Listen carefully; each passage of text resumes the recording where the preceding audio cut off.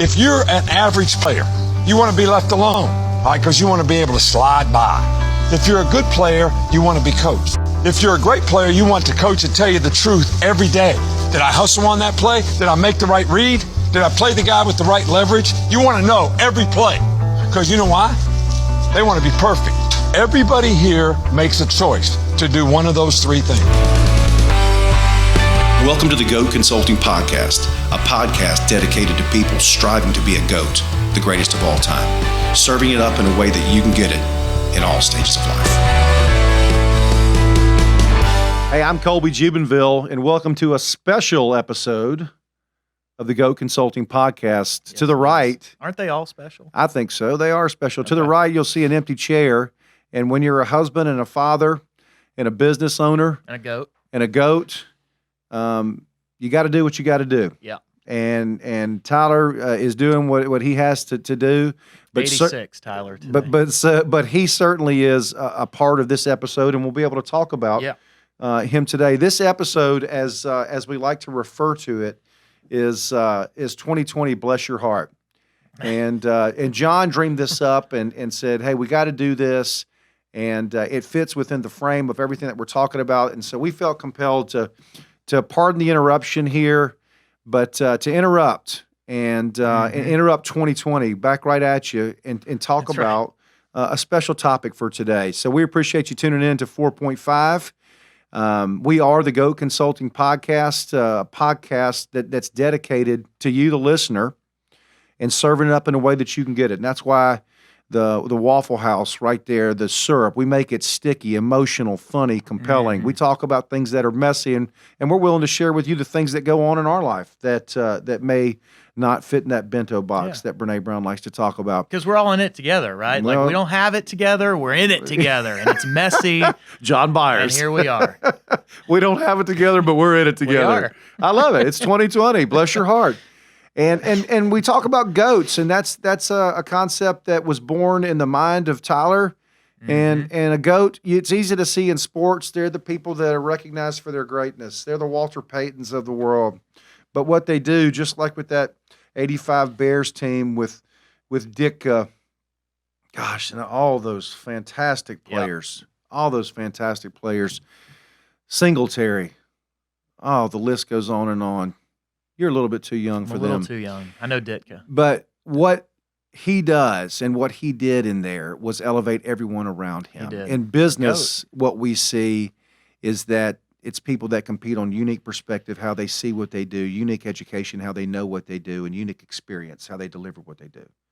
And they understand two simple ideas. That number one, that what gives them energy is what gives other people energy. What a great idea. Yeah. You know, I just went and spoke somewhere, and I think I shared this email with you, but I came back and I got a 9.9 out of 10. And you know, the only thing, and they were like, "Thank you. You were the best speech of the entire online or remote speech," which was accidentally spit on somebody in the front row. Scary in itself. But you know where my mind went to?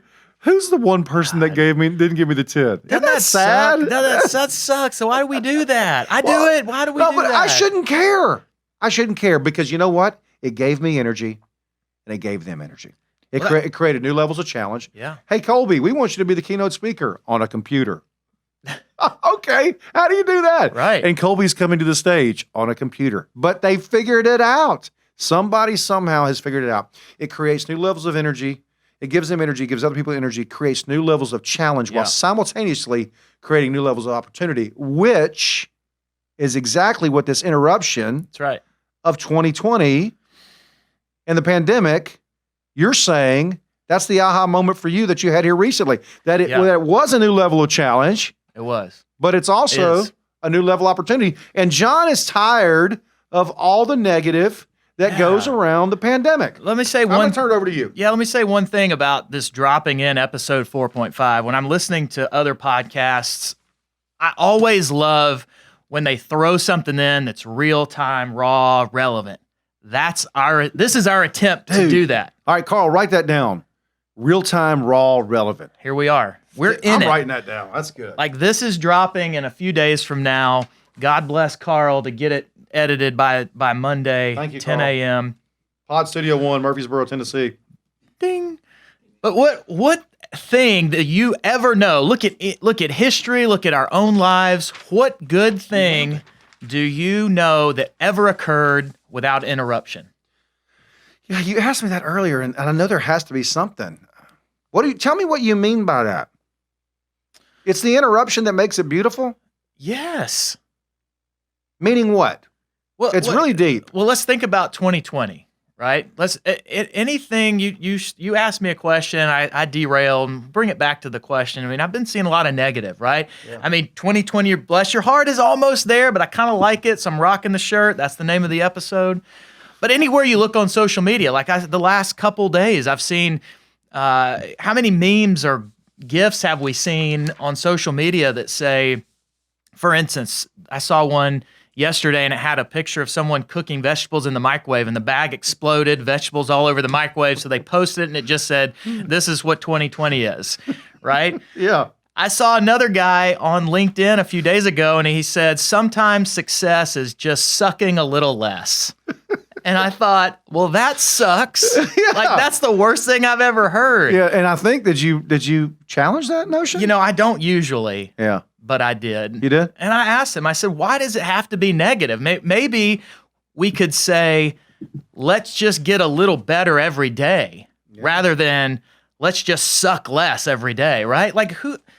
I just don't like it. And I started thinking 2020 has been a great year for me. For I Tyler. think Tyler could say the same thing. But what if 2020, here's how I jotted down a few thoughts. What if 2020 was actually the best year of your life? And there's still time. What if you faced challenge after challenge that made you stronger, smarter? That's what just happened to me. More vulnerable, which is a good thing. More aware, more grateful, more time with your kids, coming up in the middle of your work day to see your 2-year-old little girl watching TV and nothing but her socks. I wouldn't have seen that moment if it weren't for 2020. What if 2020 was a year where you found new ways to connect, new ways to encourage, love, adapt, be better in ways no other year has ever presented us with these kinds of opportunities. Huh. I love it. I love that. Why can't 2020 be the best greatest year of your life? That's really, really cool. Yeah.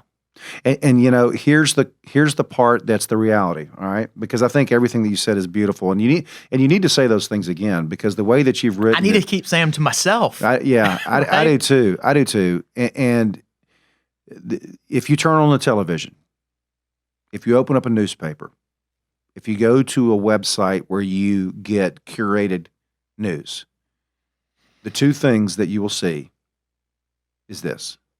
This is what you should be afraid of, mm-hmm. and this is who you should blame. That's right. And that's the narrative that is told over and over and over again. And that comes from a powerful scene in West Wing where Josiah Bartlett, who is playing the president, Martin Sheen, mm-hmm. he turns to one of his staffers, I believe, and says that. We're not going to live in this way. We're not going to live in a world where they constantly feed, this is who you should be afraid of, and this is who you should blame. Because all that's going to do is take us down the wrong path. And I think that's what you're saying. Yeah. In fact, we didn't rehearse this. This was a drop-in episode, and that's a perfect segue to my GOAT. I mean, we still got to have a GOAT, sure, right? And there's yours. Yeah. I mean, we're in election week 2020. We are. Right? We still don't know who the president's going to be. Maybe now. I mean, we've been deep in recording the last couple hours, but we may by Monday, by the time this drops. But so my GOAT is, in fact, you just talked about what you did, FDR, President 32. He said the only thing we have to fear is fear itself. This is coming together better than you thought. That's what happens when we get Tyler out of the way, I guess. No. I'm kidding. He's the GOAT. He is the GOAT. But FDR, he took over as president in the middle of the Great Depression.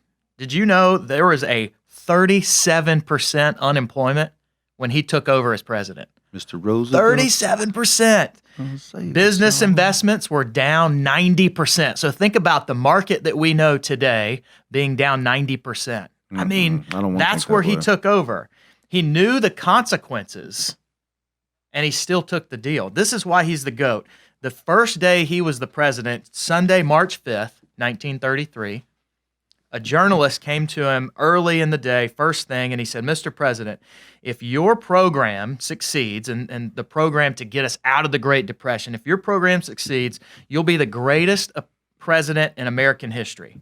And if it fails, you'll be the worst. And FDR said, if I fail, I'll be the last. And you just feel the intensity. That's historically true that he said that. He said it.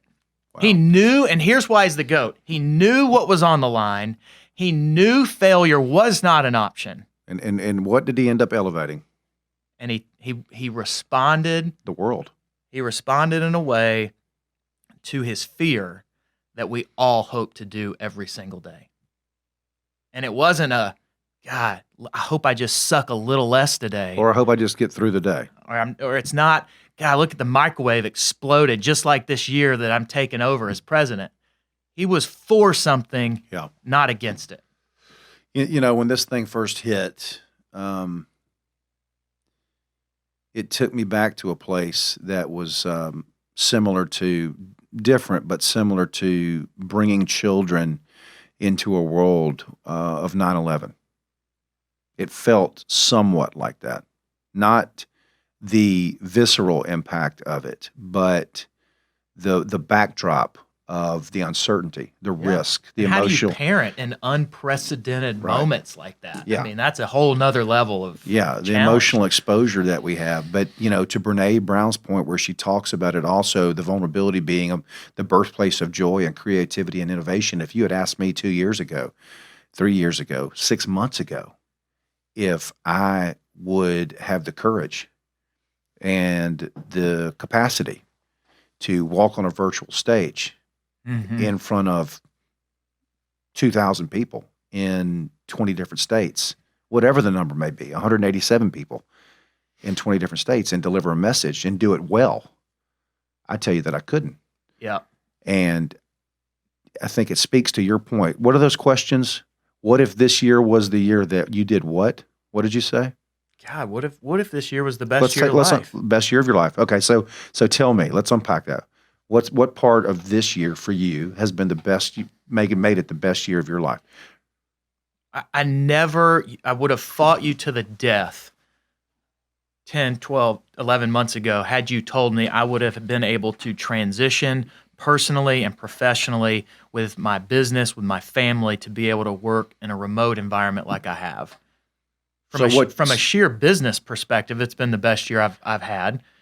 So that's one. I mean, that's the result piece. I think just from a mindset standpoint, I think it's been even more successful than the business side. Because all that time, all those minutes of going to and from work, and we are a quick cast where you can catch 12 minutes and 12 minutes to and from work. Right.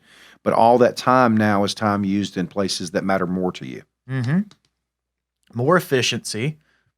More effectiveness. More challenge that I have faced with fear and courage, because those aren't mutually exclusive, right? More vulnerability, more aware, more grateful, new ways to adapt, encourage, connect with others. It's just been a year that I think most of us have faced all of those things. That's just not me. That's all of us. And we've done it in a way that we've never had to do it before. Why then can't this be the best year we've ever had? Just because it's hard doesn't mean it's not great. Yeah. It reminds me of a quote, and it's Jim Rohn, not Jim Rome, the guy that got slapped by the LA Rams quarterback back in the day. Carl, you remember that? When that guy from ESPN got slapped? You do? Yeah, that's crazy. But it's Jim Rohn, R-O-H-N. He says this: the same wind blows on all of us. And that wind for us is coronavirus. That same wind blows on all of us. It's the wind of change. It's the wind of failure. It's the wind of opportunity. It's the wind of success. Yeah. And what he says that I think is so cool, and this may seem to be flighty, I think might be the word, but he said, it's not about the blowing of the wind, it's about the set of the sail. And I think what you're talking about is that when you talk about, did you think that you would have the ability to work remotely and still be as effective or even more effective and have those relationships and continue to even build greater relationships? Yep. Yeah, you know, you set a new sail. Right. And what you do, and when you set a new sail, is you correct the errors of your past, and you set new disciplines for your future. Well, the errors of the past for all of us is believing that technology was only supposed to be used in certain ways. Now, this environment commands that this technology is used in any way that we can dream it up. I mean, for goodness sakes, I walked off the stage, walked through a hallway, walked into a private room, sat at a chair, and had conversations with people that looked like they were sitting in the chairs talking to me in a computer, and I was at home. Wow. And it's required more intentionality, more thinking. Like, thinking's hard for me. Yeah. I would like to say for most of us, but it's certainly hard for me, but it's required more of me. Challenge, thought, intentionality, and they've all produced better. Well, and I would have never probably come to this conclusion if you had not said, hey, let's put the interruption in place here. Let's stop the news and let's talk about this. But I felt that same sort of change happening that you're talking about. And so I did something that I would have never done before. And I signed up to be part of a conference out of Canada. Okay. And I was going to do it virtually.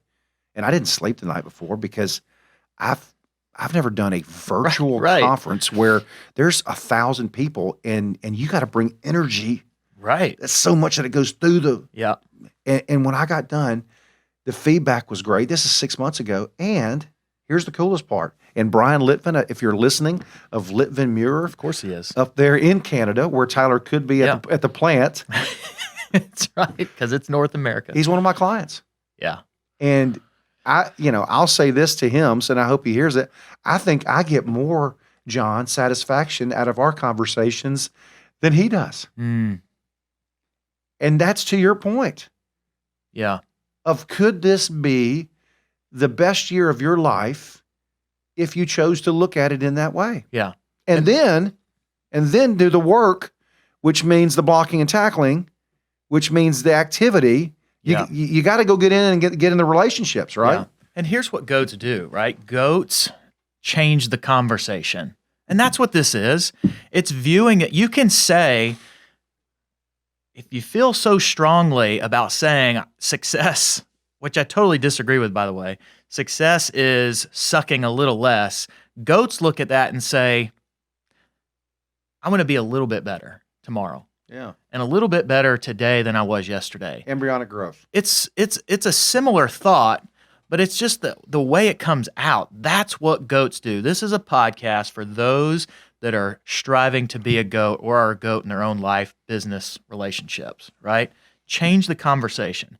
This can be the best year of your life. It doesn't have to suck. Yeah. Is that what he said? It just sucks worse, or what? What is it? I'm not being a good listener. Success is sometimes success is sucking a little less. And I thought, like, That's a bumper sticker. Can you imagine? That's why I talked about Jim Rohn, because you know what Jim Rohn says? A cynical person will kill almost anything. Can you imagine, like, if I went to a client or may I say a non-client and say, listen, I'm going to suck a little bit less than the guy that you're using today or tomorrow, whatever, right? Like, or to my wife, look, tomorrow I'm just going to hope to suck a little bit less for you, for our kids. I mean, and he put it out there into the world. We got to change the conversation. This can be the best year of your life. Look what you've faced. Look what you've taken on. You're better. You're stronger for it. Find that one thing.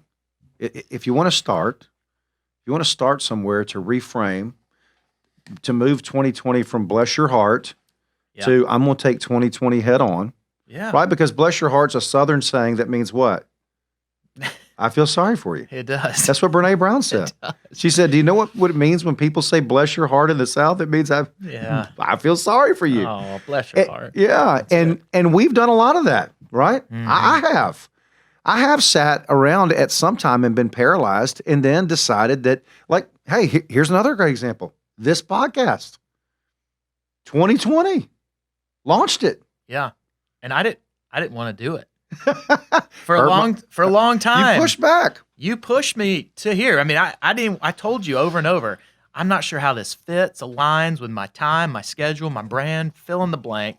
And then you kept talking to me about it. And finally one day you sent me like, here's the outline of our first 3 episodes. Be here this day. That's what you did. Yeah. Yeah. And here we are, episode 4.5. And dropping in. From a very selfish standpoint, I probably get more out of these 3 hours than I do doing anything else. And I think it's about we're put on this earth to create impact. The earth has changed right in front of us. The economy has changed right in front of us. The election will come and change right in front of us. Yeah. And it's not about sucking a little bit less. Should that be the title, or bless your heart be the title? Don't suck a little bit less. I'll let you think about that. You know, this has been a pause, and we appreciate you letting us fit this in, and John and your creative juices flowing, and pushing me to say, hey, I think we need to do this. I think it's going to really reframe one of the biggest parts of our lives, which is the world around us. Yep. And how it impacts our kids, how it impacts our spouses, how it impacts our work, how it impacts our relationships, and how it impacts the world. And let it be the best year of your life. It already has been. Yeah. You know what? That's the takeaway for me today, is that 2020, in a very ironic way, has been one of the best years, if not the best of my life. So for Tyler, for John, and for myself, we are more than a podcast. We are a quick cast, and we hope you'll take the 12-minute ride to work and back with us. This is the Go Consulting Podcast. Boom.